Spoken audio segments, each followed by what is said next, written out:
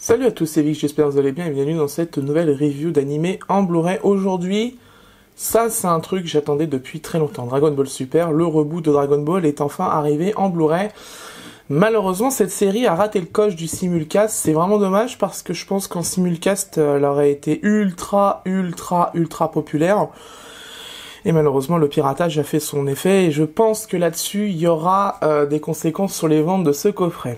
Alors, ce coffret m'a été fourni par Anime Store, gratuitement d'ailleurs, je préfère vous prévenir, pour pouvoir faire la review parce que ce coffret est exclusivement disponible chez Anime Store. C'est l'édition collector, donc elle est exclusivement disponible là-bas. Il y a une autre édition qui existe sur Amazon et dans le commerce, qui est bleue, très simple, sans livret, sans rien, qui est un peu moins cher, mais qui est beaucoup plus moche, donc voilà, je préfère vous prévenir. Donc cette édition-là, il y aura que un lien Anime Store en bas, parce que tout simplement, elle est vendue exclusivement là-bas. Donc c'est un coffret A4, vous savez ce que j'en pense des coffrets A4, à chaque fois je vous le dis. Pour moi, c'est un peu compliqué à les ranger de toute façon, donc bon, bah ça maintenant, faut s'y faire. De toute façon, c'est un format standard, et en plus, il y a de la demande, donc bon, bah après, je suis content quand même que les gens réclament des coffrets A4 comme ça, parce que ça me rassure un peu qu'il y a au moins des gens qui sont fans de ce format-là. Mais du coup, nous avons une magnifique face avant avec Goku en Super Saiyajin Blue et Vegeta en Super Saiyajin Blue, le Kamehameha, Dragon Ball Super, le logo. Derrière, on a une illustration de Shenron, le dragon sacré qui est derrière, qui est plutôt joli. Donc format 4, sur le côté, le logo Dragon Ball Super, Goku encore une fois. On nous précise bien que c'est la partie 1 et qui possède du coup les épisodes de 1 à 46, donc ça fait en arc Beerus, Freezer et le tournoi de Champa. Donc évidemment ça sortira au fur et à mesure. Donc le deuxième coffret, il y aura évidemment l'arc Black Goku que beaucoup attendent en version Blu-ray. Donc c'est un coffret Blu-ray, c'est marqué d'ailleurs ici, mais vérifiez quand même sur le côté parce qu'il y avait eu un petit problème au niveau des flyers à l'arrière Japan Expo, donc vérifiez bien sur le côté que votre coffret c'est bien un coffret Blu-ray, vous référez pas uniquement aux flyers. Du coup, comme d'habitude, la phrase d'accroche, un Goku, le contenu. Alors dans le contenu, il y a eu un petit problème, c'est marqué ici 5 Blu-ray, un livret A4 de 64 pages, 4 ex-libris, il y aura 4, un poster A2, un livret. C'est ce livret justement qui n'est entre guillemets pas présent parce qu'en fait il a été rajouté directement au livret A4 qui est en haut en fait. Et donc du coup ça comporte les 3 sagas, donc Beerus, Freezer et le tournoi de Champa en 46 épisodes, version Blu-ray non censurée. Illustration du contenu comme d'habitude du coffret, le résumé, et d'ailleurs j'ai noté une petite faute ici. Petite faute à fort, il manque un S là ici parce que vont affronter des ennemis de plus en plus forts, il y a un S à fort du coup, parce qu'ils l'ont fait ici, mais pas ici du coup. Bon ça arrive des fois hein, quand même. Donc voilà, donc ça nous dit bien les 3 sagas, donc la bataille des dieux, donc ça c'est Beerus, la résurrection de Freezer, l'arc Freezer qu'on a vu. Donc les deux premiers c'est ceux qui étaient dans le film, hein, donc la bataille des dieux, Battle of Gods, et la résurrection de Freezer F, aussi, qui sont d'ailleurs sortis en Blu-ray, en coffret ce mois-ci chez Kazé. Et le tournoi de Champa, par contre, ça c'est un arc qui est vraiment propre à la série. Un petit Kamehameha comme ça, c'est joli, quelques captures d'écran, et on a les informations techniques. Donc on est en présence d'un coffret avec 5 Blu-ray qui font 46 épisodes, durée environ 19 heures, c'est en 16 neuvième 1080p.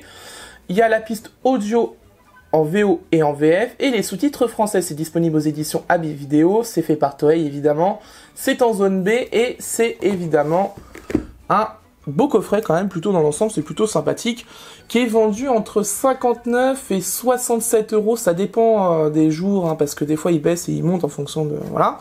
Mais en général, c'est la soixantaine d'euros. Donc bon, niveau rapport prix, ça va, c'est plutôt correct. Donc on va le déblister, comme d'habitude il est blisté. Donc on le débliste, hop. Alors on met ça sur le côté, hop, voilà, on met le coffret.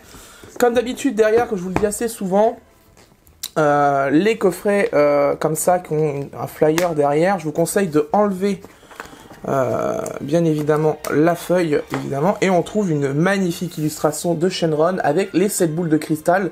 C'est très joli, mention de Toei Animation en bas, là, juste là, au niveau des copyrights. Donc on le voit, c'est par Toei, par Bird Studio, Shueisha, Toei Animation, Film 2015, Toei Animation Co Ltd, blablabla, et c'est aux éditions AB. Bon, bah c'est un beau coffret, on va l'ouvrir. Alors, on tombe direct du coup sur les 2 digipacks, qui sont plutôt jolis d'ailleurs. Déjà en face avant, sont plutôt jolis, donc on va les mettre de côté. On tombe sur aussi les cartes postales format A4, on va les mettre de côté. Le poster et le grand livret Dragon Ball. Hop, on met la boîte sur le côté, voilà. Donc, on va faire dans l'ordre. On va s'occuper d'abord des digipacks. Donc 2 digipacks pour... d'ailleurs, ils sont à l'envers. Donc 2 digipacks de Dragon Ball Super qui sont plutôt très jolis. Donc voici en complet ce que ça fait comme illustration. C'est plutôt sympathique, je trouve. C'est très joli. J'aime bien le design qui a été choisi. C'est assez propre. Enfin, c'est pas trop bourré de bandes. Parce que c'est ce qu'on pourrait reprocher d'ailleurs justement à Kazé. Parce que c'est ce que je reprends souvent ce truc-là chez Kazé. Les bandes, etc. C'était le cas chez Dragon Ball, sur Dragon Ball Kai. C'était bourré de bandes, bourré de... Enfin, c'était assez fouillis. Là, c'est plutôt sobre. Là-dessus, c'est ce que j'apprécie beaucoup quand c'est des coffrets comme ça. C'est la sobriété. On veut des trucs sérieux, on veut pas des trucs kitsch quand même. Le deuxième digipack. Et à l'intérieur, on a... Ah bah c'est par contre, c'est très joli. Ah, donc on a le Vegeta en Super Saiyajin... Ouais, il est en Super Saiyajin, Goku Super Saiyajin aussi. Donc c'est plutôt joli. Et dans l'autre coffret... Ah, c'est marrant, c'est le terrain où il est, justement, où il y a souvent des combats dans Dragon Ball Z, c'est marrant. Et dans Dragon Ball Super, parce que je crois que c'est le terrain où Goku est devenu fermier, normalement. Donc du coup, on a les disques comme ça, avec Freezer Gold, et je pense que derrière, c'est Beerus. Voilà, c'est Beerus, évidemment, qui est un des personnages les plus importants dans Dragon Ball Super, parce qu'il est clé au niveau de l'histoire. Bah, c'est 2 digipacks très jolis, j'apprécie particulièrement, c'est plutôt sympa, c'est sobre, c'est ça que j'apprécie dans les coffrets comme ça, c'est la sobriété. On veut pas des trucs moches, on veut pas des trucs non plus totalement blancs, mais on veut des trucs propres. Donc, les 5 cartes postales format A4, donc Goku avec un Kamehameha avec ses amis, donc on a Sangoten, Trunks, enfin, Trunks enfant, Piccolo, Vegeta, Beerus, Goku Super Saiyajin 3 avec son attaque, Goku Super Saiyajin Blue en mode Kaioken, je crois, ouais, c'est ça.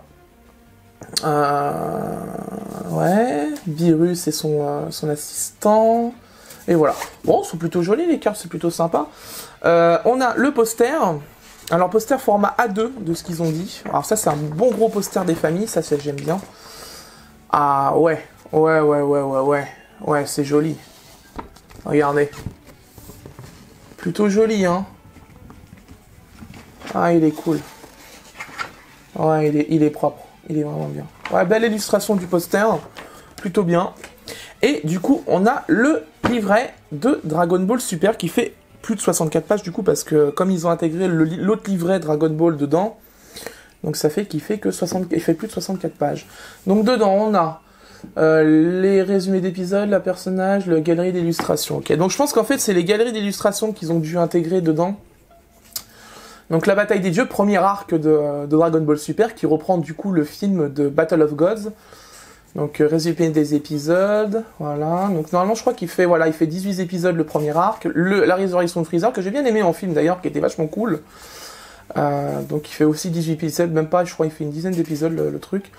Le tournoi de Champa, évidemment, parce que du coup c'est un tournoi intergalactique, enfin carrément d'autres dimensions, excusez-moi, parce que ça fait un moment que j'ai vu Dragon Ball Super et du coup c'est un peu dur de réveiller les souvenirs un peu là-dessus. Illustration de Shenron très jolie, c'est d'ailleurs celle qui est derrière, je crois. Les personnages, donc Goku, Vegeta, en plus on les a... Ah, ça c'est bien, parce qu'ils ont mis toutes les phases de transformation, ça c'est cool ça par contre. Ça c'est vachement cool, parce que quand on a des doutes sur les noms, voilà, là on a justement le nom de la transformation, ça c'est plutôt cool. Donc Gohan avec son survêt de l'Algérie, comme on dit souvent sur Twitter, vert dégueulasse, dans ses transformations, hein, que Gohan d'ailleurs n'a pas eu de nouvelles transformations, je suis vraiment dégoûté, parce que c'est un des personnages qui à mes yeux était le plus fort dans Dragon Ball Z.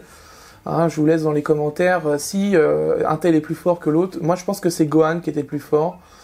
Parce qu'on le voyait souvent pour l'entraînement contre Cell dans la salle du temps, c'était impressionnant son potentiel. Donc tous les personnages de la série, petite illustration de Goku Super Saiyajin. Non, il n'est pas en Super Saiyajin 2, il est en Super Saiyajin première phase. Quelques illustrations, très jolies, Shenron, en couleur cette fois-ci. Goku avec son survêt d'entraînement en mode décathlon. C'est ridicule d'ailleurs quand il est habillé comme ça. Goku Super Saiyajin 3, Goku Kaioken, ouais c'est ça. Gotrunks en mode Super Saiyajin. Ouais, c'est joli. Toutes les phases de transformation de Goku sauf la Super Saiyajin Blue. Voilà. Ah, c'est joli, hein, franchement, c'est joli. L'impression est plutôt bonne, hein, d'ailleurs. Je sais pas si vous pouvez regarder, mais c'est vraiment très propre. Au niveau impression, c'est très net. Par rapport au coffret de Cardcaptor Sakura, d'ailleurs, parce que bon, je pense que c'est la même boîte qui les imprime. Là, l'impression est vraiment très bonne. En même temps, on est sur du support numérique de base. Parce que je vous rappelle que Dragon Ball Super a été totalement fait en numérique. Il n'y a pas de cellulo, pas de bobine, rien. Donc c'est normal que les illustrations soient aussi de qualité. Parce qu'elles sont faites en numérique. Donc niveau pixel, c'est plutôt propre. Non, c'est plutôt joli. Bon, là, ça spoil un peu par contre, parce que ça spoil un peu le tournoi de Champa. Piccolo. Voilà. Ouais, c'est vraiment cool. C'est vraiment cool. Je me demande ce qu'il y aura dans le coffret du coup de la deuxième partie, parce que là, avec le Black Goku, ça va être ça va être le feu. Ça va être le feu. Et Shenron avec les 7 boules de cristal comme derrière le coffret. Eh ben écoutez, franchement, c'est plutôt un beau coffret dans l'ensemble. J'apprécie particulièrement le travail qui a été fait dessus. C'est exactement ce que j'attendais d'un coffret Dragon Ball Z, en fait, même enfin, ce que j'aurais bien voulu, un coffret Dragon Ball Z d'ailleurs. J'aurais bien voulu avoir ça, parce que bon, à l'époque, on n'avait pas des coffrets aussi magnifiques qu'aujourd'hui. Faut quand même remettre dans leur contexte. À l'époque, on avait des boîtiers tout simples en DVD et c'est tout, quoi. Donc c'est plutôt joli. Donc voilà, donc ce coffret, donc j'ai 46 épisodes à voir, évidemment ça va prendre un peu de temps, puis en plus je vais les regarder en VO, en VF, avec les sous-titres, etc. Comme je pense que c'est du Blu-ray, si vous êtes allergique au speed-up qu'il y a eu sur Toonami et TFX au niveau du 25 fps, VS 23,976 au niveau du son, je pense que là ça va être corrigé parce qu'un Blu-ray de toute façon on le fait en 23,976, il n'y a pas d'embrouille là-dessus. Je vous le dirai de toute façon dans la seconde partie de la vidéo en review, mais je pense que ça va être corrigé ça de toute façon, donc je pense que ça va être plutôt cool. Donc moi je vais voir tous les épisodes, regarder les sous-titres et tout, vérifier si la trad est bonne.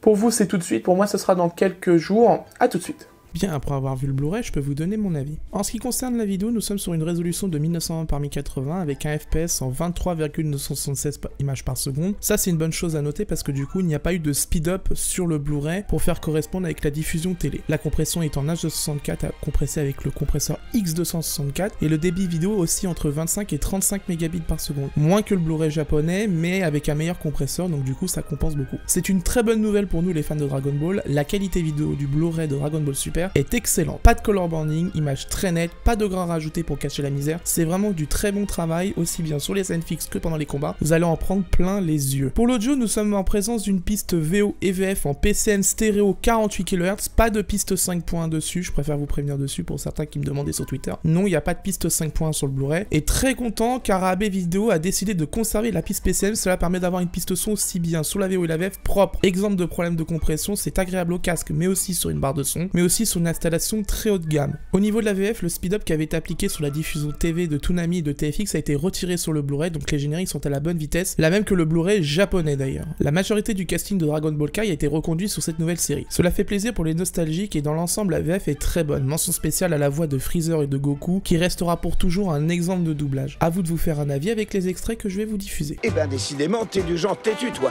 Tu me rappelles un peu Vegeta.